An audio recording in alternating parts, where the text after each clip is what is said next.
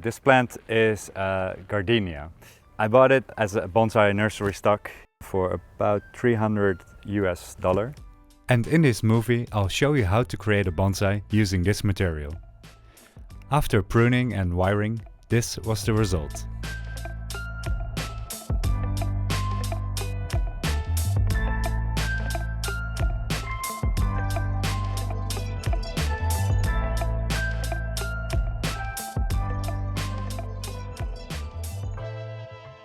Like I mentioned, I bought the plant for $300. Which is a pretty good price for the tree, because there's already a nicely developed nabari. So the roots, the surface roots. And as you can see, the trunk also has a nice shape and movement in it. So this is definitely a plant that is something that could be a very interesting bonsai. What the tree needs now is pruning. As you can see, the shoots have extended very long. And it's fall right now, so it's an okay or a good time to prune back all these shoots. But during the winter I will need to protect the plant. So the aftercare for the plant is important, because I want to protect it from very low or freezing temperatures, just to make sure that the tree remains healthy and that in early spring it will grow healthily again. So I've studied the tree, and there's one branch over here that you can see, which is straight, and there's two branches emerging from the same spot, so that's one I will take away. And after that I will shorten the length of the big branches and then start making decisions on which branches to keep and which branches to prune. The tools we use include wire, a wire cutter and a twig shear. When pruning larger branches, we'll use a concave cutter. All these are available at specialized bonsai nurseries or on our website. If you're just starting out though, feel free to use any standard pruning shears instead.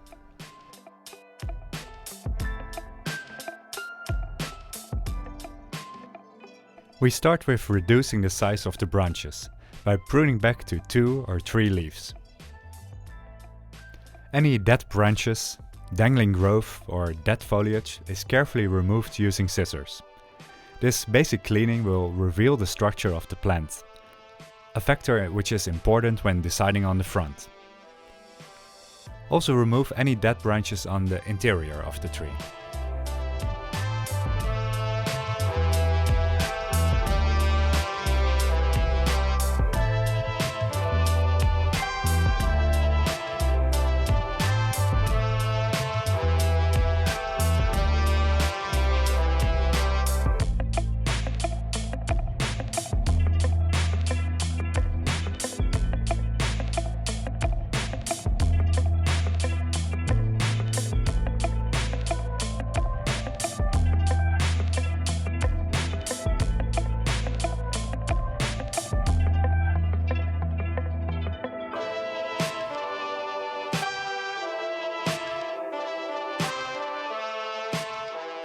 Alright, that cleaned up the tree a lot, as you can see now.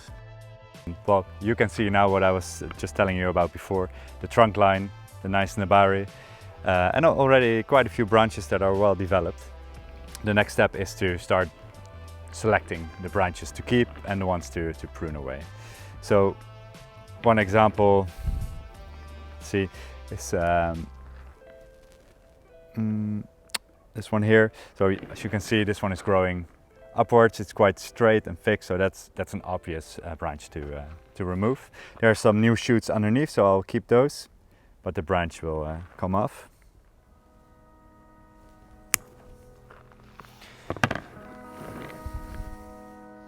So here's a rather thick one growing upwards, which looks kind of strange, so I'll remove that. Maybe keep this one, this will go.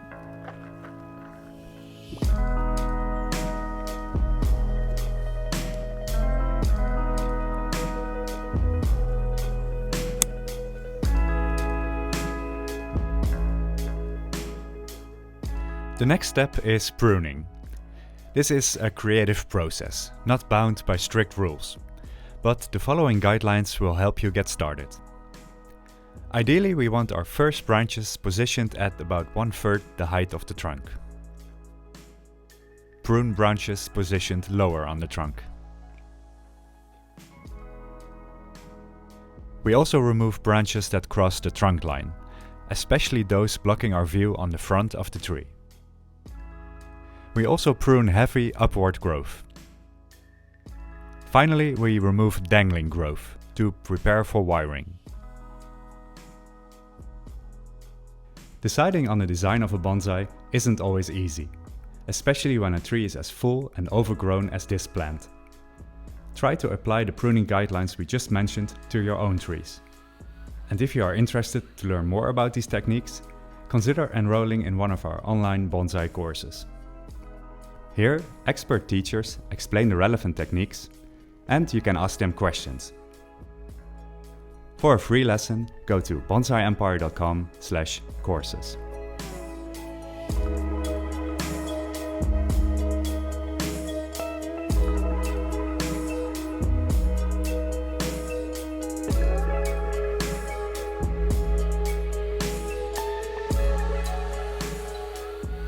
This tree is dense and we are pruning a lot of branches. Classic bonsai design usually starts with a main branch on the back of the tree, followed by branches on the sides of the tree. This pattern then continues up until the apex of the tree, with branches higher on the trunk gradually reducing in length and size. The front is the most open part of the tree, as you want to be able to see the trunk. You can safely prune up to 1/3 of your tree's foliage.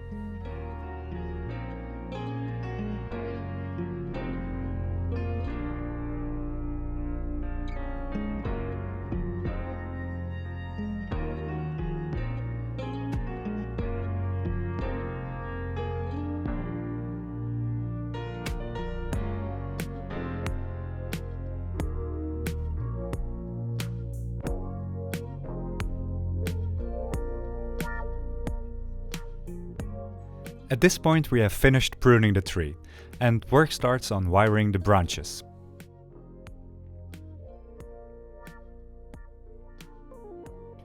Next we wire the main branches, starting with the lower branches and slowly working our way up to the apex. Try to wire 2 branches with 1 piece of wire. Between these 2 branches, make sure to wrap the wire at least once around the trunk for stability. We aim to apply the wire at an angle of 45 degrees. The wire should be thick enough to hold the branch in the desired shape once we bend it.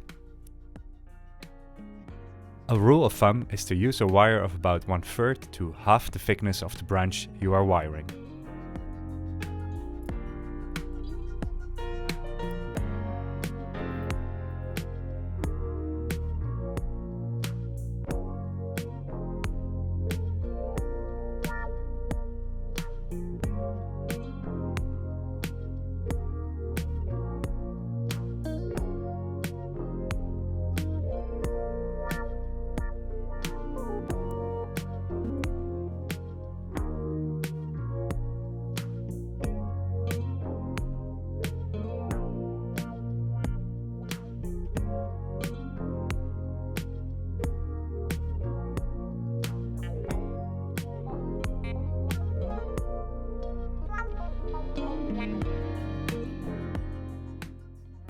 Once you finish wiring the branches, you can start shaping them, moving your way up the trunk towards the apex of the tree.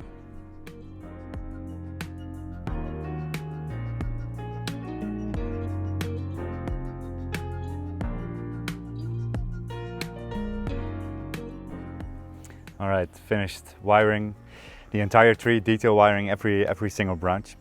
And as you can see, we did a lot of pruning, and also setting the branches really changes the appearance of the tree.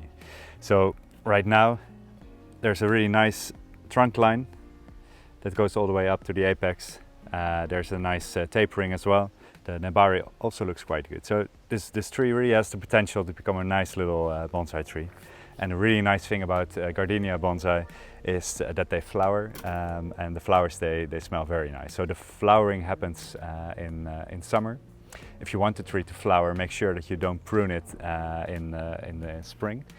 But for now, flowering is not my priority. So my plan is to keep it safe during the winter, make sure that there's no frost. And then in spring, the tree will start growing again very strongly because we pruned a lot of the branches.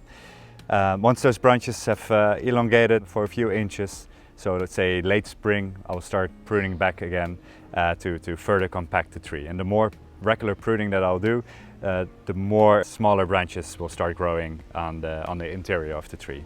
And that will be nice because it will be nice to even compact the tree a little bit more. But for now, a really nice result. One question that I get a lot in the comments below the videos is what kind of pot would you select for this tree? Well, you have many options. Right now I'm happy with this pot actually because it's a training pot, so it's good for the health of the tree to have it quite big as well. But eventually we'll bring it to a smaller pot and a bonsai pot. For me this would go in a glazed container. And in terms of color, there's some options because the tree, it flowers and it also grows fruits, and the flowers are white and the fruits are a bit more yellow or orange. So you could pick either of those colors and try to complement it in the color of the pot.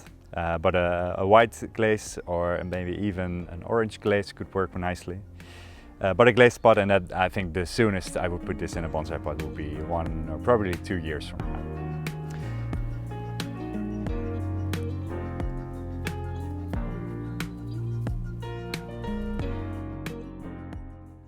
Don't forget to subscribe to our YouTube channel, so you can see the progress of this tree over time.